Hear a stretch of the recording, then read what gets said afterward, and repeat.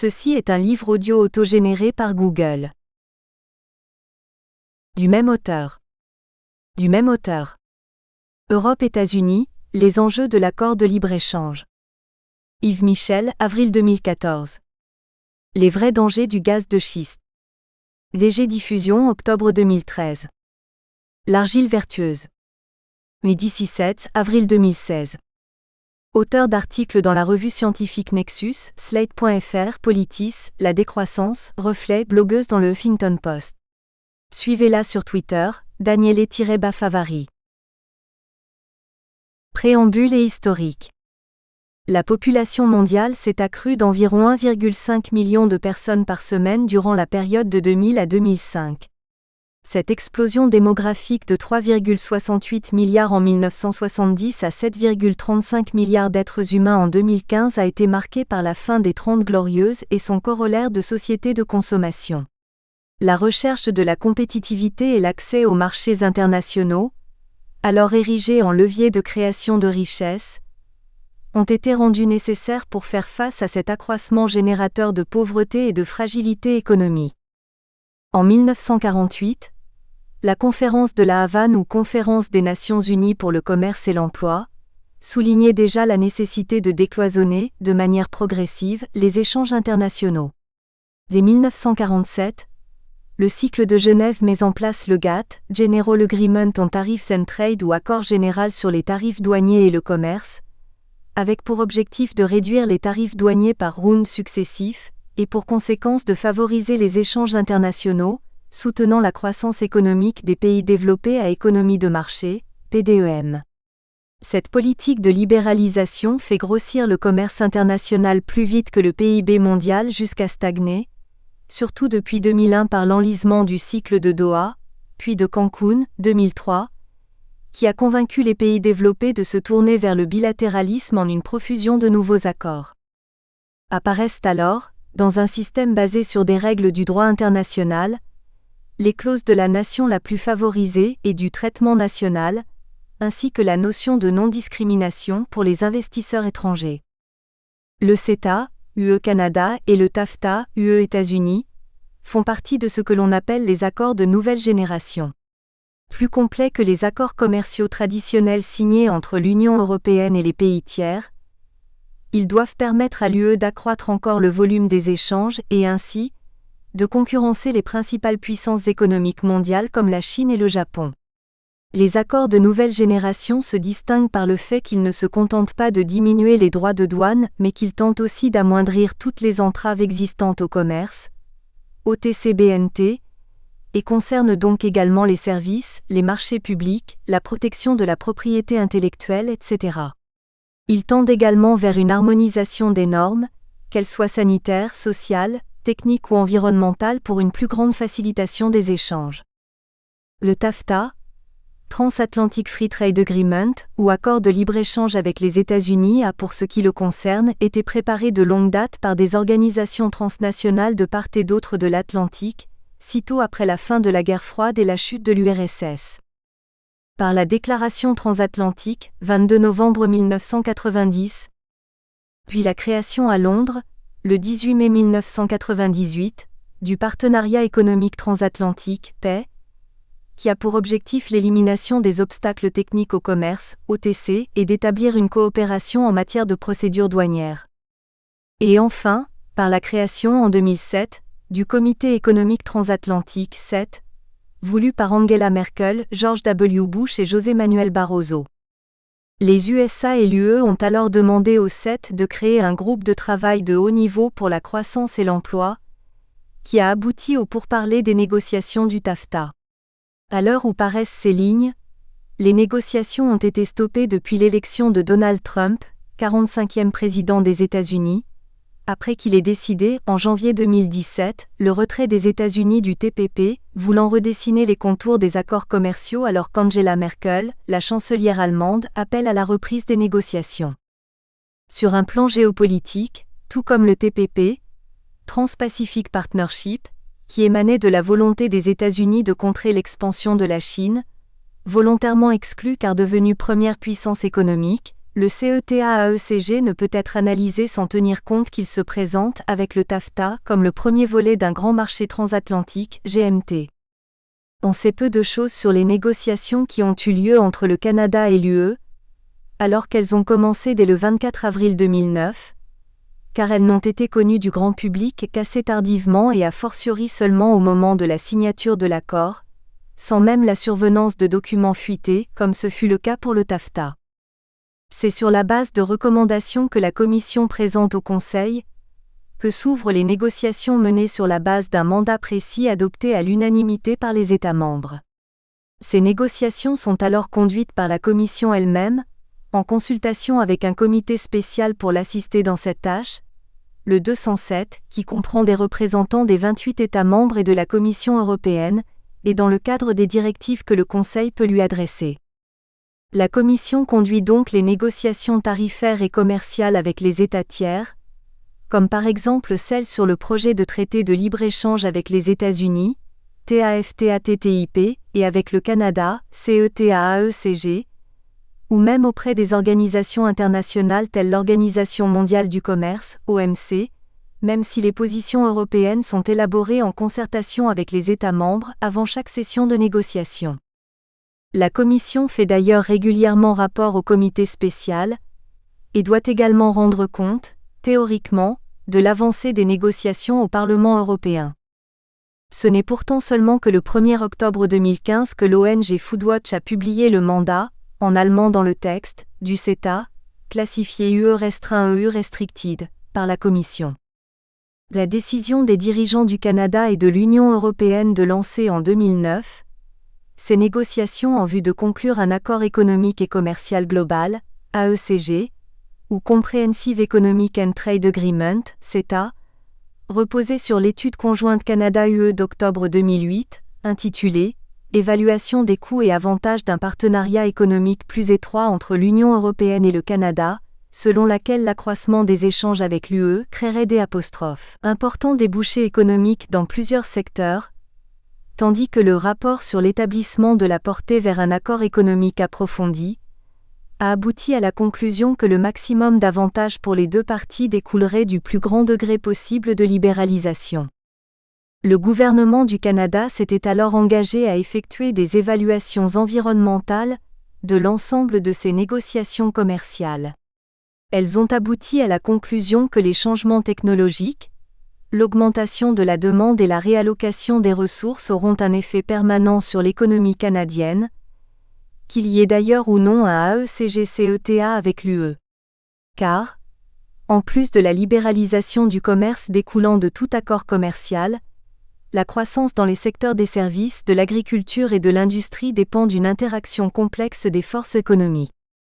Par conséquent, isoler les effets économiques additionnels attribuables exclusivement à la libéralisation du commerce dans le cadre d'un accord entre le Canada et l'UE constituait un véritable défi.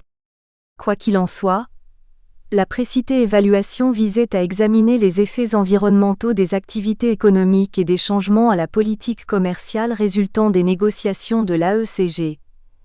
Elle a donc conclu que l'accès accru de l'Europe au marché public canadien ne devrait pas avoir une incidence importante sur l'environnement.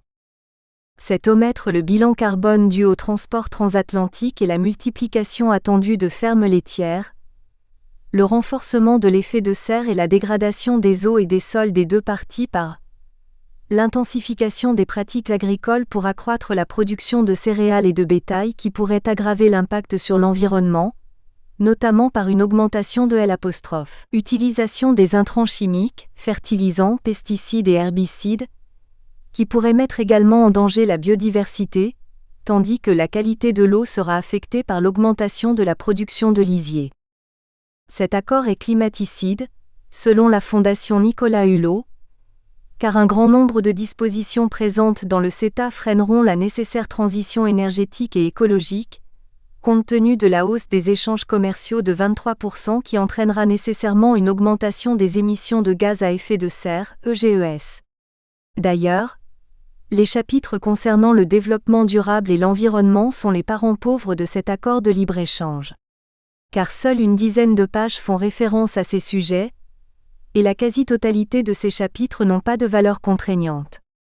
L'accord menace, par ailleurs, le principe de précaution, jamais cité tout au long des 1600 pages de l'accord, qui est au cœur de la conception européenne de l'analyse préalable du risque, alors qu'à l'inverse, les États-Unis et le Canada privilégient la méthode de l'analyse coût-bénéfice, qui repose sur les preuves scientifiques avérées. On est donc, une fois de plus, dans l'acceptation d'un statu quo défavorable plutôt que dans l'approbation d'une règle supplémentaire. C'est aussi sans compter sur l'apport probable de sable bitumineux dont le Canada est détenteur des principales réserves du monde dans sa province de l'Alberta, et dont le Premier ministre canadien, Justin Trudeau, a décidé d'augmenter leur exploitation de 53% d'ici à 2030 alors qu'il avait 2 mois auparavant donné son aval à l'extension de 2 oléoducs dans l'ouest du pays, allant ainsi à l'encontre des engagements pris par son pays lors de l'accord de Paris. C'est aussi sans compter les méthodes musclées de la pétrolière TransCanada qui a attaqué le gouvernement américain pour avoir refusé la construction du pipeline Keystone XL, de nouveau à l'ordre du jour avec l'élection de Donald Trump, demandant un dédommagement de 13 milliards de dollars. Le groupe Total a néanmoins déjà équipé ses raffineries pour les rendre compatibles avec ce pétrole cher et hautement polluant.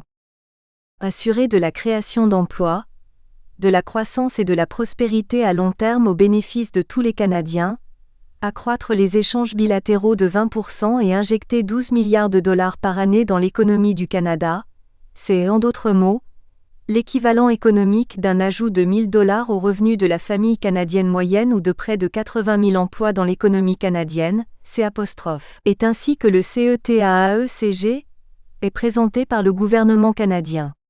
Verbatim, site du gouvernement du Canada. Or, une étude a donné un chiffre clé. Le CETA va détruire 300 000 emplois en Europe, dont 45 000 en France. Avait souligné la députée Karima Delli, avant le vote du Parlement européen. En outre, 2 études réalisées par les fédérations professionnelles agricoles ont montré les dégâts que causerait ce traité sur nos élevages et territoires.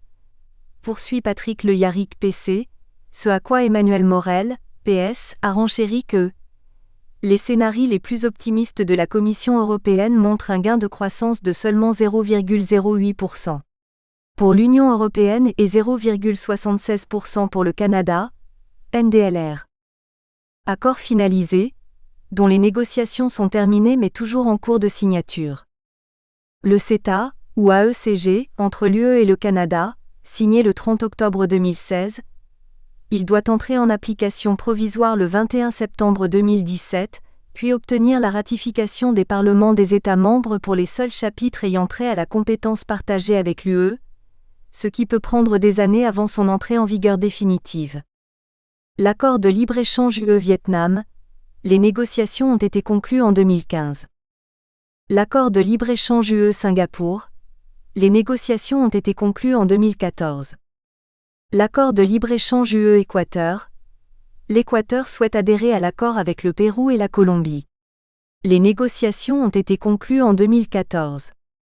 Accord de libre-échange de nouvelle génération en cours de négociation. Le TTIP, ou TAFTA, est le projet de partenariat transatlantique entre l'Union européenne et les États-Unis, dont les négociations sont suspendues en raison des élections américaines, mais pourraient reprendre à partir du milieu de l'année 2017. Le TISA, ou ACS, accord sur le commerce des services, en cours entre 23 membres de l'OMC dont l'UE dont rien ne filtre des négociations. Le Mercosur, Mercado Común del Sur, que les 2 parties, bloc sud-américain UE, espèrent conclure en principe, ce qui signifie essentiellement s'entendre sur les quotas et les tarifs pour l'accès au marché à la fin de cette année. Le JEFTA ou accord UE-Japon, UE-Japan Free Trade Agreement, en négociation secrète à la demande du Japon, peinait à avancer depuis 2013.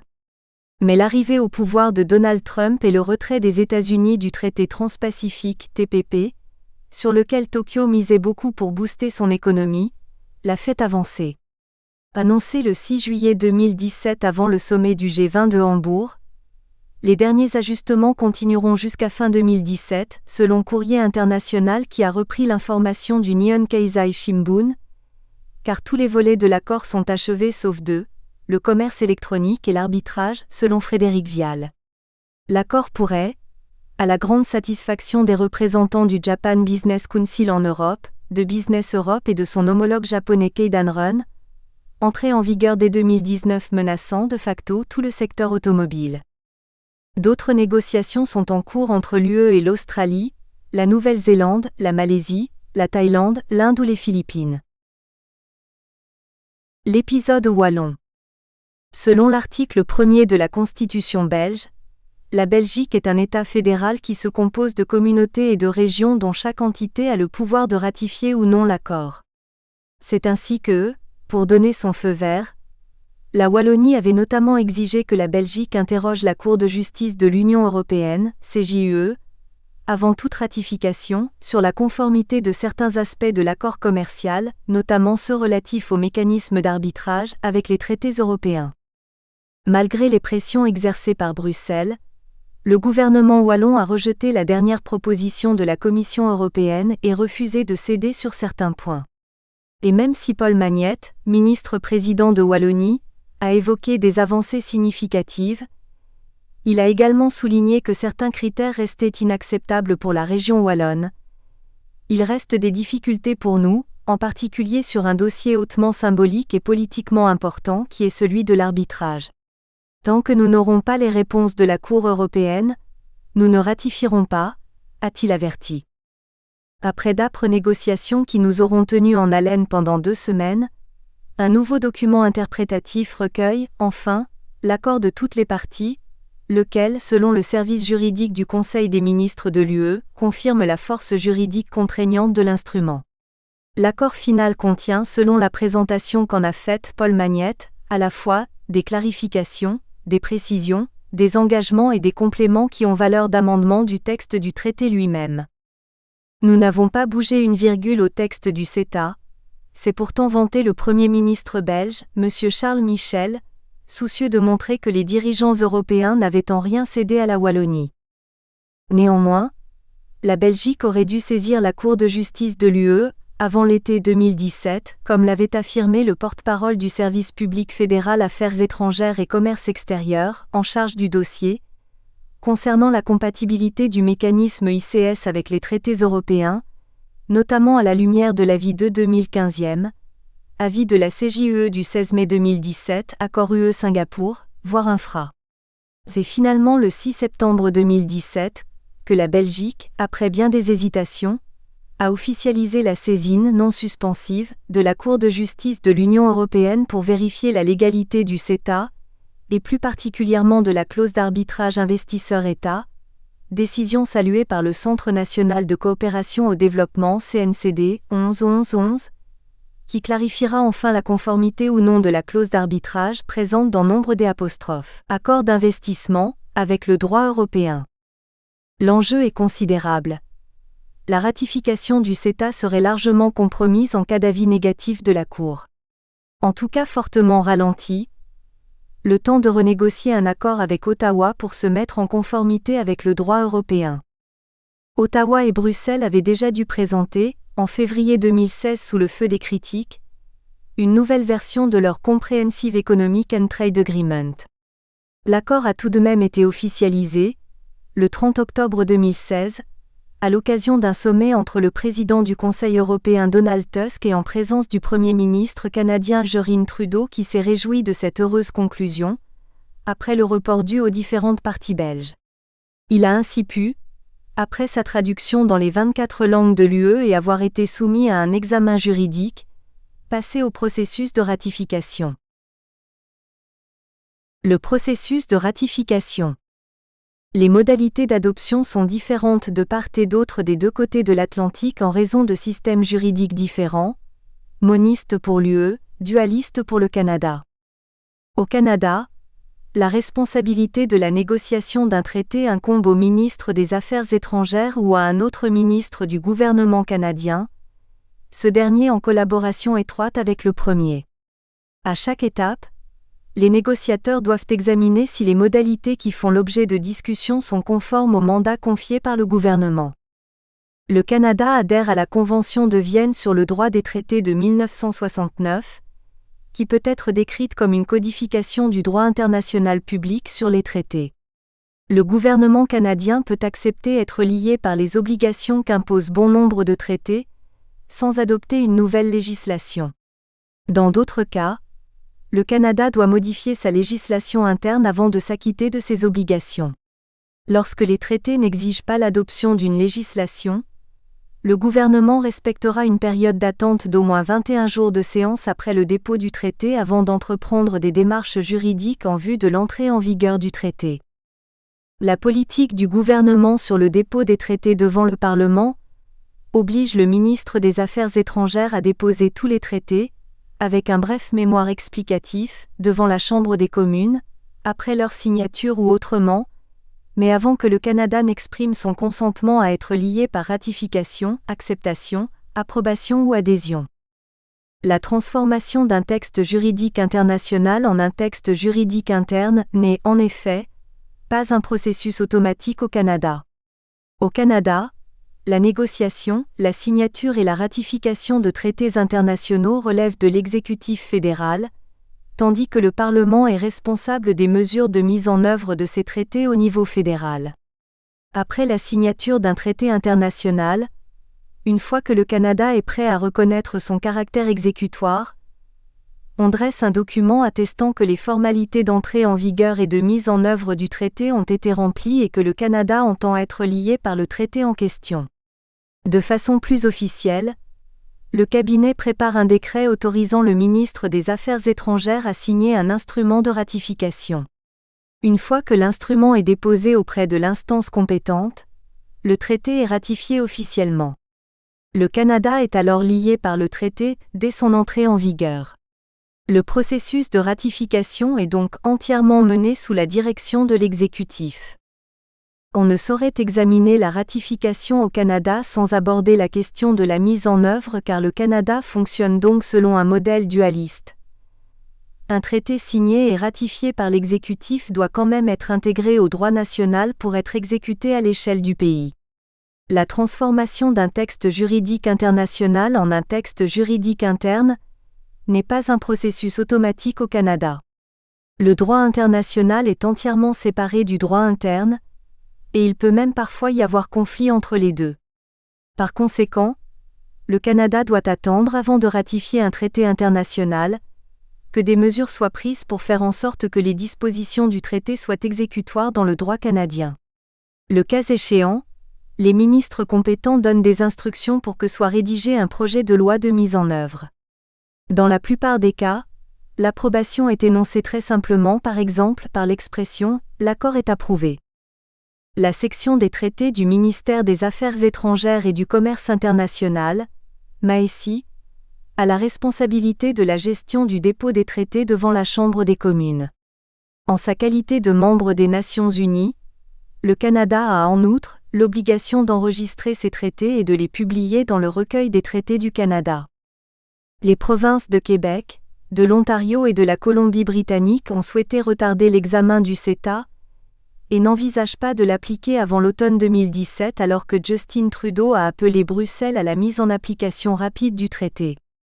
Dans l'UE, la Commission signe l'accord avec le Conseil. Le Parlement est toujours consulté et doit donner son approbation. Enfin, le Conseil conclut l'accord. Éventuellement, la Cour de justice peut intervenir pour contrôler sa validité. Le contrôle porte alors sur la validité formelle, respect de la procédure d'adoption et substantielle, respect de la conformité de l'accord au droit européen primaire. En cas d'avis négatif, une révision de l'accord est nécessaire pour que celui-ci puisse entrer en vigueur. La procédure d'adoption. Nous espérons que vous avez apprécié cet aperçu. Pour continuer à écouter ce livre audio sur Google Play Livres, utilisez le lien dans la description de la vidéo.